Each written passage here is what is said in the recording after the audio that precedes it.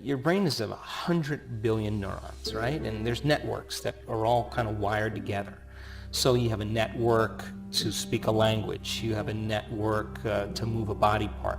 You have a network to see certain shapes and colors. They're all just individual networks. And so when you're living by the hormones of stress and you're reacting to something and your body's knocked out of balance, when you're in stress, you can't predict the next moment. You have the perception that things are going to get worse.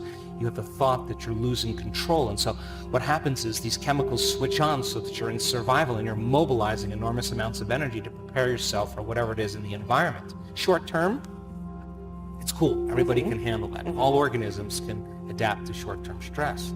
But if the stressors keep coming and you're trying to control and predict everything in your life and you're switching your attention from your cell phone to your problems, to your husband, to the shopping, to, another person or your boss, another thing. Every person, every object, everything, every place has a neurological network in your brain. So as the hormones are arousing your brain and you shift your attention, if you were to measure the brain when it's doing that, you have different networks that are firing out of order. And you measure that, it's like a group of people that have no rhythm playing the drums at the same time. Totally incoherent. Incoherence. So when you're in a state like that, what happens mostly is you narrow your attention on the danger. You begin to focus on an object in your environment that's associated with that danger. So the stronger the emotion you feel from some reaction or condition in your life, the more you're going to pay attention to the cause. Where you place your attention is where you're placing your energy. So you're giving your power away to your boss, to your problem. So then what we've realized, and research shows it over and over again, that when you go from that kind of single-minded, narrow focus, it's only one type of focus, and all of a sudden you begin to expand your focus, you begin to open your awareness. You go from focusing on matter to focusing on energy, focusing on the particle in quantum physics to focus on the wave.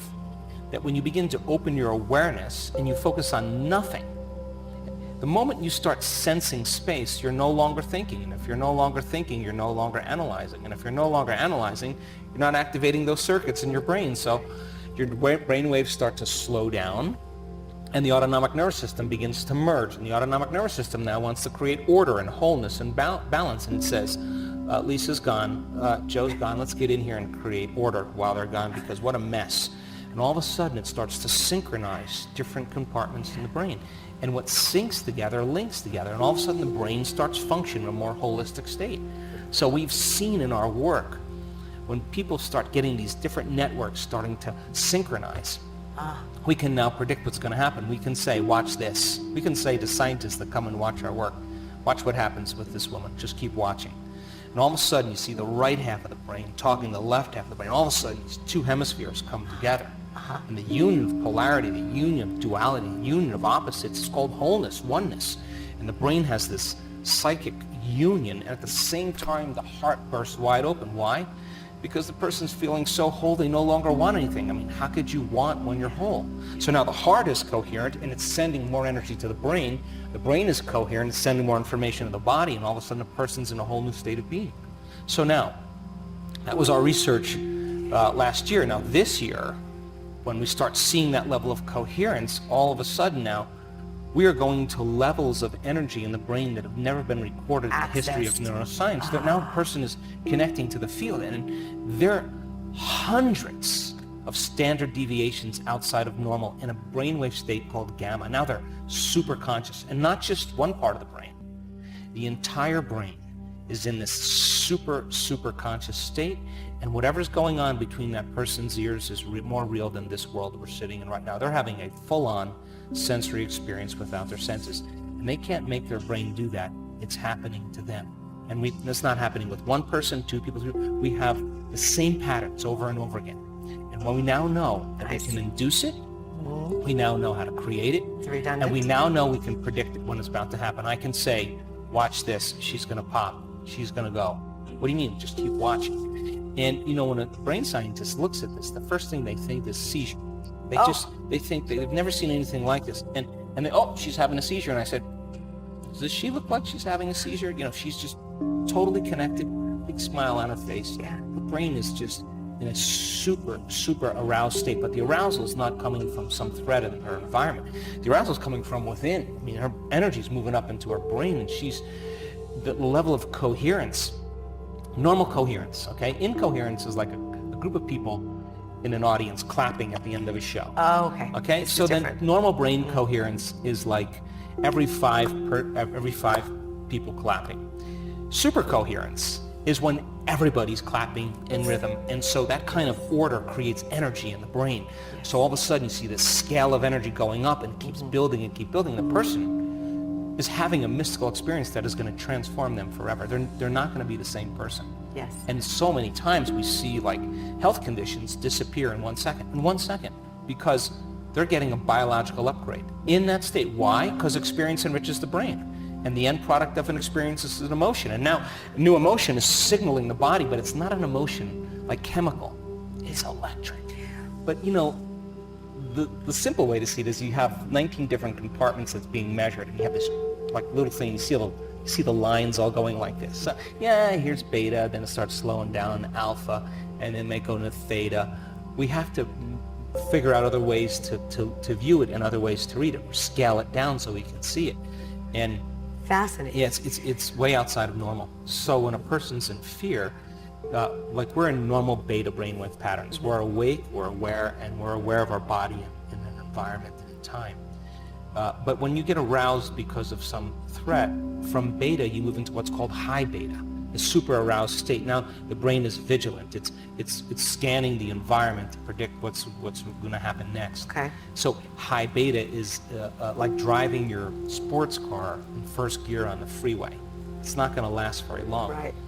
But when we see these transitions into gamma is actually a faster frequency than beta. And the person moves right through beta, right through high beta, right into gamma. And because it's so orderly, because most high beta is disorderly, but when we see that kind of order and they're passing through high beta, we know they're going to go right into gamma, and they're going to go into very, very high amplitudes of gamma. We don't see things how they are, we see things how we are, right? So the brain only perceives equal to how we're wired and how we emotionally feel. So imagine having a full-on sensory experience without your senses right now. What if your senses were heightened right now by 25%? Everything you're seeing, hearing, smelling, tasting, feeling. If your senses are heightened by 25%, your awareness of everything around you is heightened. Awareness is consciousness. You can't have consciousness without energy. So the brain gets a rush of energy, and now the experience lays the tracks down in the brain. And now when we come back to our senses, we are going to perceive a broader spectrum of reality. Now our brain is wired to perceive what has always existed, but we didn't have the circuits to perceive it. And now the person's getting a broader glimpse of reality. And science says we perceive less than 1% of reality. Well, now they're getting a glimpse. The sacred is so much grander than the mundane. Yes. And so in a moment, a person is now no longer in the labyrinth of life. They are looking at it from a different dimension. They know where they need to go on. They're no longer asking anybody for answers. They're getting a download from the field, and we actually call it a download. And with that download comes a biological upgrade. There's an upgrade because all disease is a lowering of frequency according to the quantum model. It's incoherence. The body is disorderly. It's slowing down on frequency. So now, once the system switches on, all of a sudden, that person is drawing from the field. Get ready, because the body is going to take on a new frequency, and we see eczema disappear. We see tumors shrink. The diseases can no longer exist because there's a change in the human operating system from energy, not from matter, but from energy. From energy. How much of your waking day do you have your attention on matter?